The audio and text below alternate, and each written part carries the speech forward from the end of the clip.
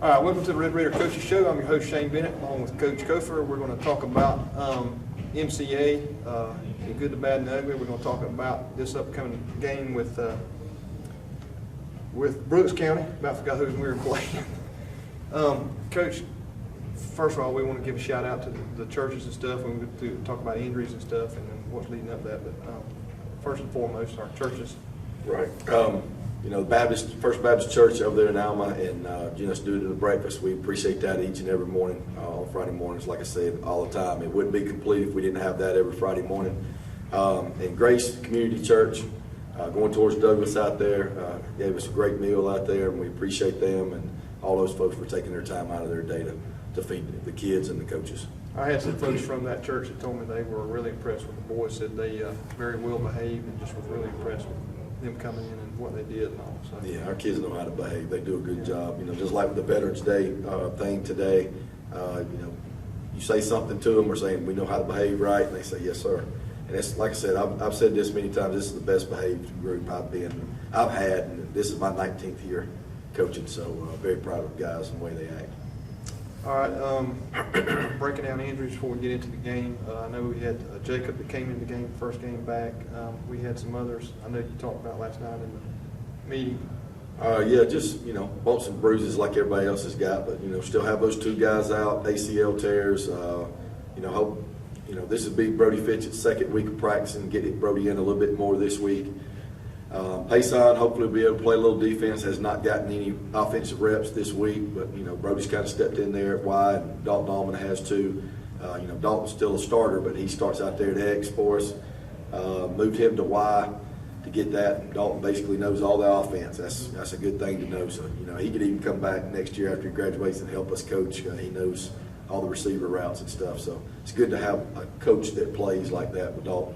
And then Brody's coming right there back at Y too, so we could rotate and different things right there. But Jacob seems to be good. We'll see. You know, he came back and made it through the game unscathed. Had 208 yards, 4 yards, I can't remember. Rushing 4 touchdowns on 18 carries. Had a great game. You know, he was out there on some blocking too. Ran 87 plays. Very proud of that. And rushed for 459 yards. Passed for another 82, so well over 500 yards of offense right there, and you know, running the ball predominantly. I think it was 60-something times we ran the football, and very proud of that. You know, people say you can't run the football and run a lot of plays. You kind of time consuming, but it wasn't. We just rolled the same play a lot of times when we have success and doing that. And, you know, we didn't play very well in the first half. Not very excited about that. Especially in the first quarter, spotted them 14 points. They earned those 14 points. They had some good-looking kids. How in the world McIntosh County Academy was 0-9 then and now 0-10? I have no idea. Good-looking kids. They came out fired up. I don't know how an 0-9 team gets that fired up to come and play, but they hit us in the mouth right there, and it kind of stunned us right there at the beginning. You know, went for it on 2 fourth down tries and missed both of them right there in the first half. I'm not so sure it wasn't in the first quarter, both of them. First quarter they were. And you know, we're going to take chances. We're going to go after people. We want to run a lot of plays, but you know, even if it's not our territory, we went for it one of those times and didn't get it. And so we'll have to take advantage of that and get them when we can and when we have the confidence to do so. So. You know, played a lot better second half. Only one score in the second half, giving up to McIntosh County Academy, and we just kind of took over. You know, we want to be close in the second half, and right there in the fourth quarter, if we're close in the fourth quarter, we think we're going to win. We think we're going to wear people out right there. And I'm not talking about by score. I'm just talking about physically wear them out, hopefully mentally wear them out. And it got to that point in the second half, we did that, and that's why we put so many points up. And the kids just kept pounding. Offensive line did a great job. They don't get enough credit.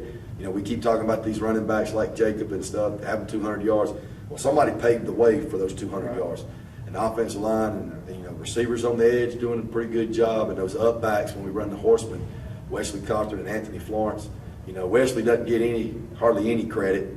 You know, he runs the ball sometimes, but he's number 32 and does a great job up there leading that. He doesn't mind sharing the workload. You know, Anthony Florence had 97 yards rushing, and Drell, I think, had 130-something yards rushing.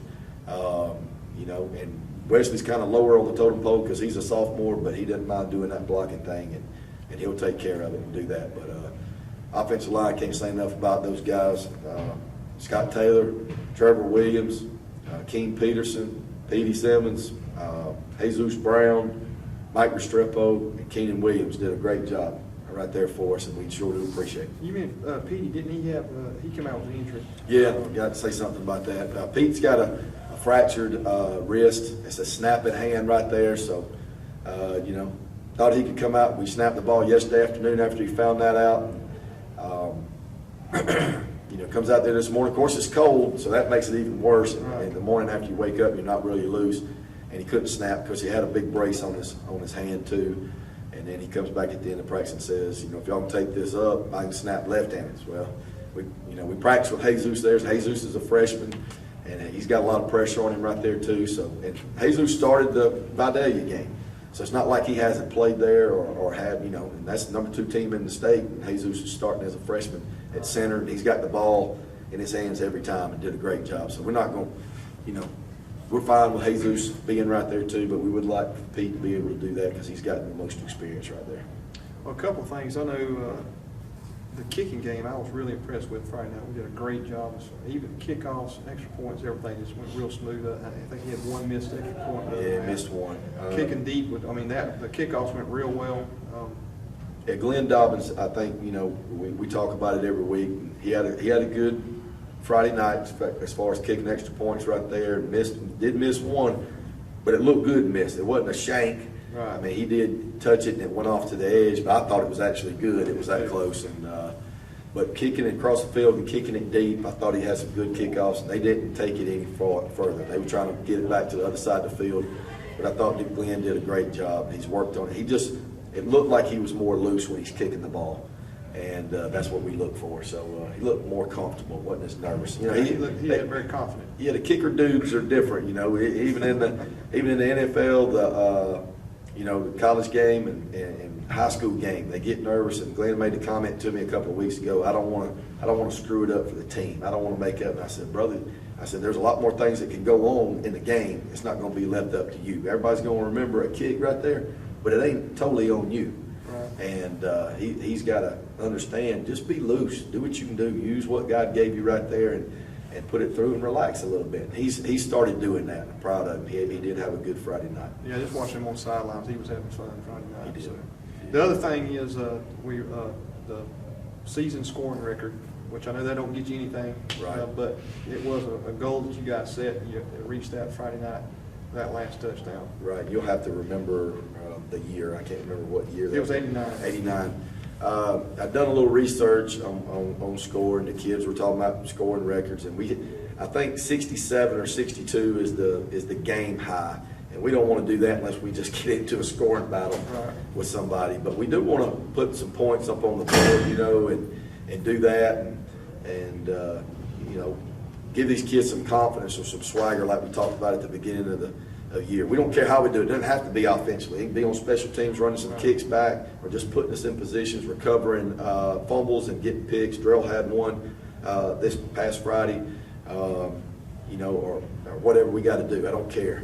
But we want to put some points on the board and give these kids that they can score from anywhere on the field. You know, talked about that last night at Touchdown Club meet too, talking about, you know, we'll throw it out the end zone. It doesn't matter. But got 301 points on the year in 10 games. The 1989 team had, I can't remember, I still haven't looked it up, 284 or 289. 284 is what I had. 284. And so we, you know, beat that by what, 17 points, and they did theirs in 11 games.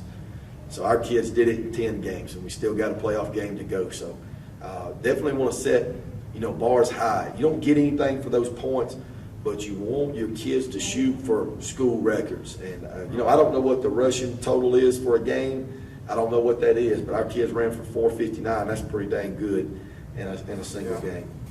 So you definitely want to set that. You want your kids to shoot for records right there to help their team to that next level.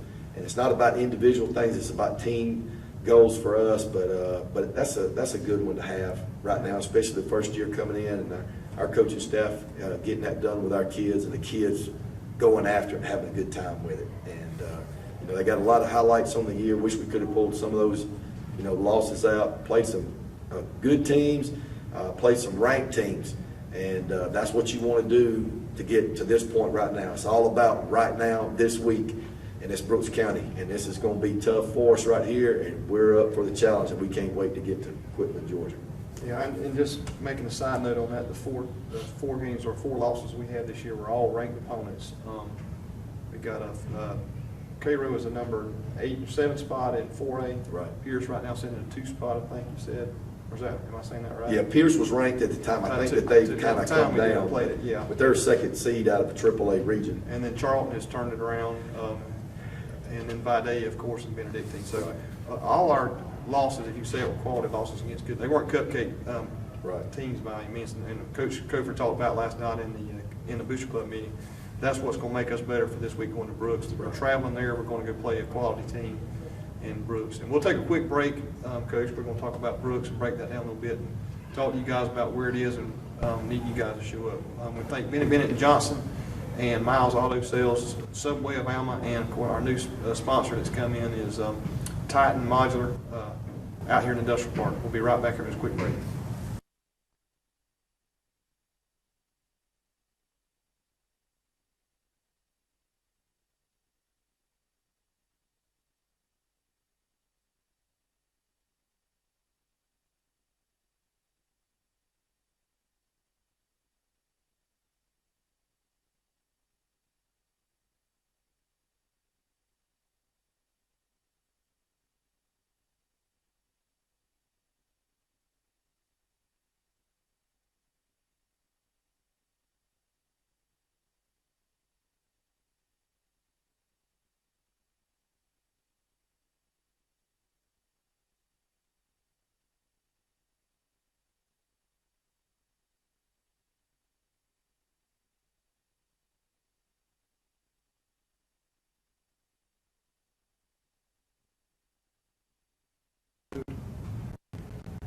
Isn't that right? Warwick Road, 404, I think, what you said last night. Yeah.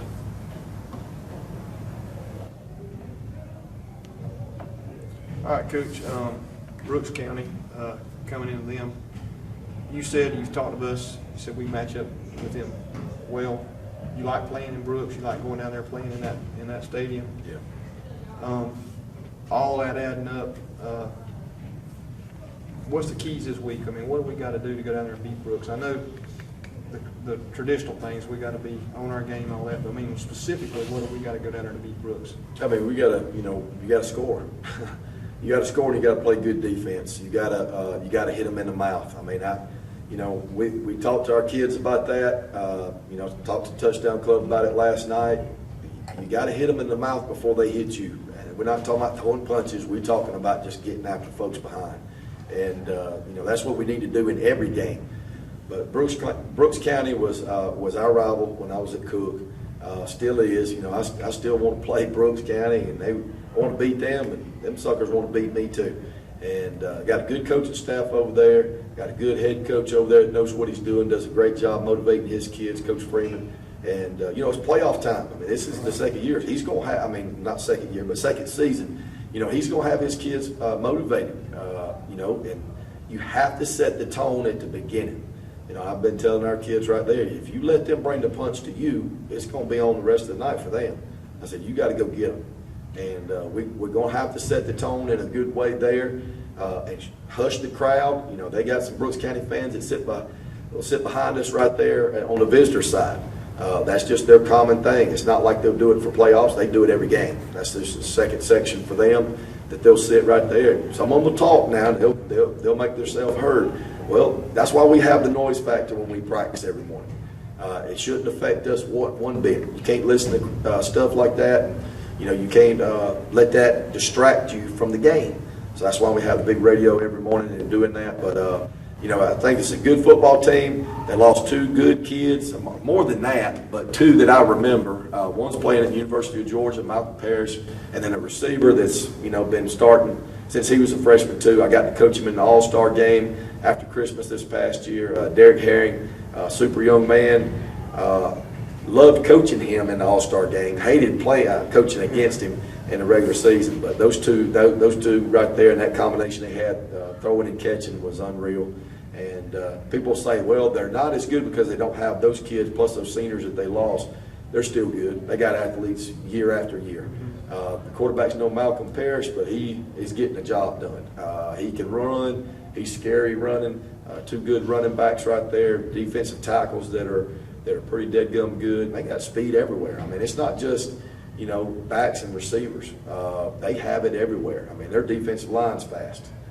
They got some big guys, pretty big guys that on the offensive line also, good DBs. They got a number 10, don't know his name, played against us last year when I was at Cook. He was a good receiver, good defensive back, and he's back again. So, they're doing it right over there. They're bringing their kids up through the program and starting them a little bit young sometimes, but they get to play with older kids that know what they're doing, and that's how you build a program, and they've done a good job of that. But I've always liked playing there. Nobody ever says anything about playing at Brooks County, that like it's one of their favorite stadiums. I don't know why it is, just a good atmosphere to me. I like being the underdog a lot of times, especially in this kind of situation. And we got nothing to lose. I mean, we're going all out. We're going to throw everything in the kitchen sink at him and do that. He's going to do the same thing. You can't afford to leave anything, in the tank and not show it. So anything that we've been working on, we'll throw it at them and do that. And it's about getting to the next week. We're not worried about the following week. Same way we weren't worried about the next regular season game, but. We want to get this one done. It's not just about giving Bacon County the first playoff victory ever.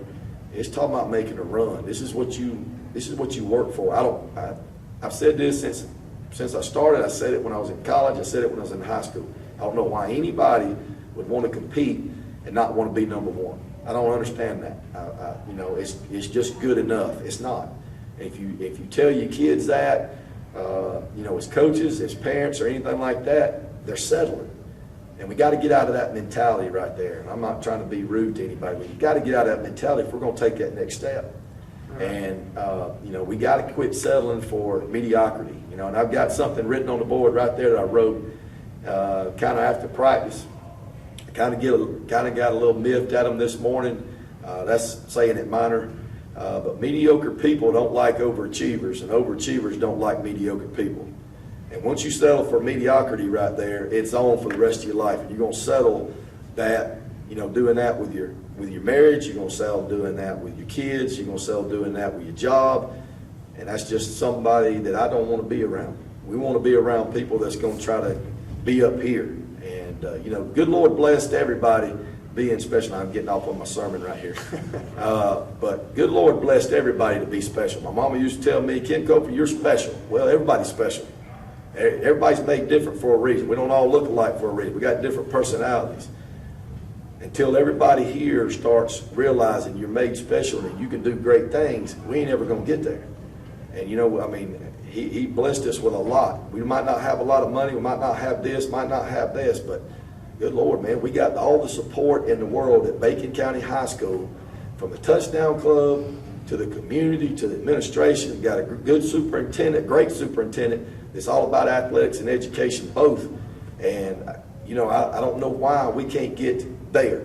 We got to make that belief that we can get there, period. I mean, there's not, well, old Tommy here can't do this. Yeah, he can too.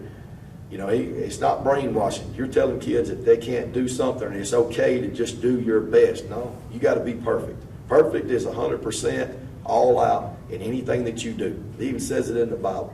Whatever you put your hands into, do it with all of your might. And I don't understand, if something's in the Bible like that, why can't we just do it here? So heck with mediocrity.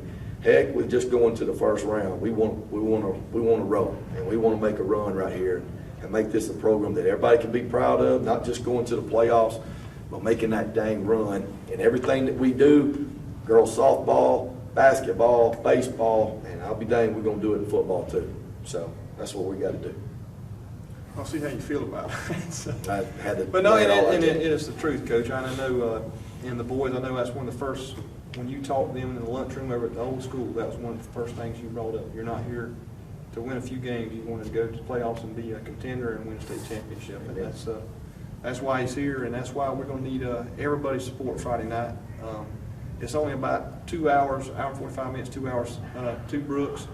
We need you there. And we were talking in the break, I think it's 404 Warwick Road in Quitman, Georgia, but Yep. down in Brooks. So If get on you the come- GPS. Yeah, Go ahead. I'm sorry. You can put it on GPS, or when you're coming down 84, coming to Brooks County from Valdosta, that'll be the way that you come from Alma, Georgia. You're coming down 84, we can tell it the old country boy Right. way.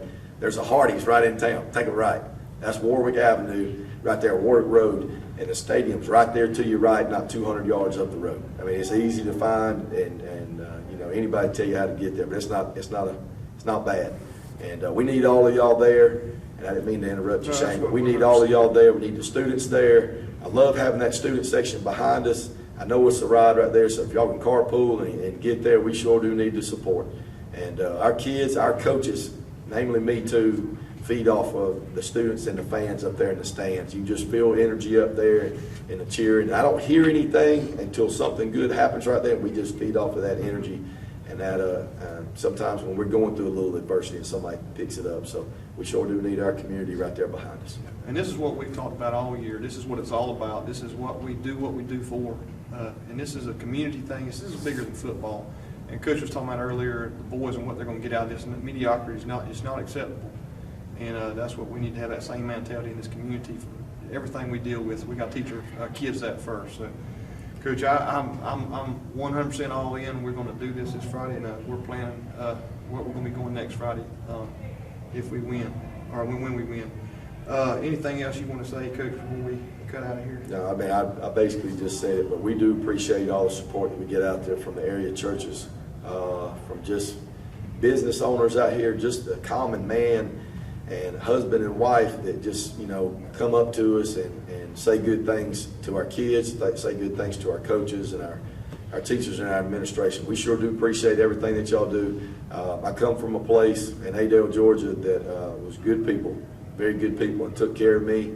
And, you know, I miss those, but I ain't ever been anywhere like this. This is what I dreamed of when I was, you know, little, watching my daddy coach. And, you know, I don't think anybody understands it until you're new coming in.